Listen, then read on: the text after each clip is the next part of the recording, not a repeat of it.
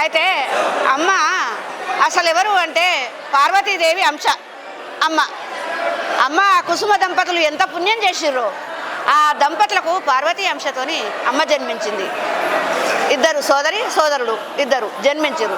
జన్మించినాక అన్ని అష్ట కళలతోని అమ్మ అంత ఆకర్షణ శక్తి అనేది దేదీప్యమానంగా వెలుగుతున్నది.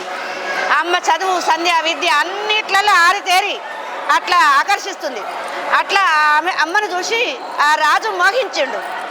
ఇప్పుడు ఆ కాలంలో రాముణ్ణి చూడు మగవాళ్ళు కూడా మోహించారట, ప్రేమించారట. అందుకే మల్ల జన్మల గోపికా స్త్రీలు అయ్యారట.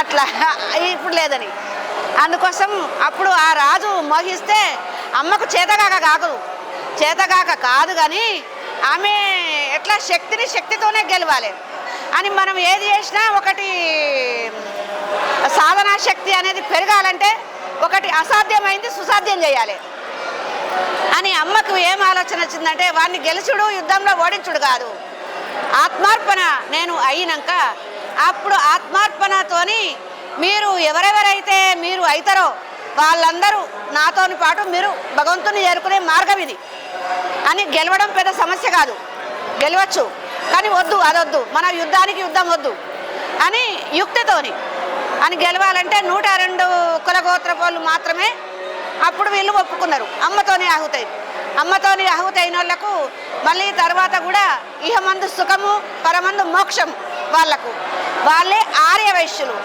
ఆర్యులు అంటే ఎవరు? ఉత్తమ జ్ఞానం కలవారు. ఏది చెప్పినా చేస్తామంటారు, చెయ్యమని వాళ్ళ నోట్లకెళ్ళి రాదు, ప్రతిదానికి ముందుంటారు, చేస్తారు. వాళ్ళు ఆర్యులు అంటే ఉత్తమ జ్ఞానం కలవాలి.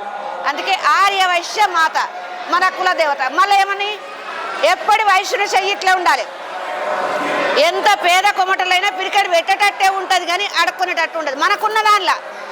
అటువంటి అమ్మ మనకు వరం ఇచ్చింది. అటువంటి తల్లి దేదీప్యమానంగా వెలిగి ఆ భగవంతుని ఏరుకొని మళ్ళీ అది కూడా ముత్తైదువగా మళ్ళీ ఈశ్వరుని లింగంలోకి వెళ్ళి వచ్చి ఈశ్వరుని మళ్ళీ భర్తగా ఎంచుకొని జ్యోతిగా మారి మళ్ళీ మన వాళ్ళందరికీ కూడా పుష్పక విమాల వచ్చి అందరు వైకుంఠానికి వెళ్ళిరు. బలో జగదంబ మాతాకి, విశ్వపాలిని వాసవి మాతాకి, ఆర్యవైశ్య కుల దేవతకు లోకా సమస్త సుఖినో భవంతు, లోకా సమస్త సుఖినో భవంతు, సమస్త సన్మంగళాని భవంతు, సమస్త సన్మంగళాని భవంతు. హరి ఓం.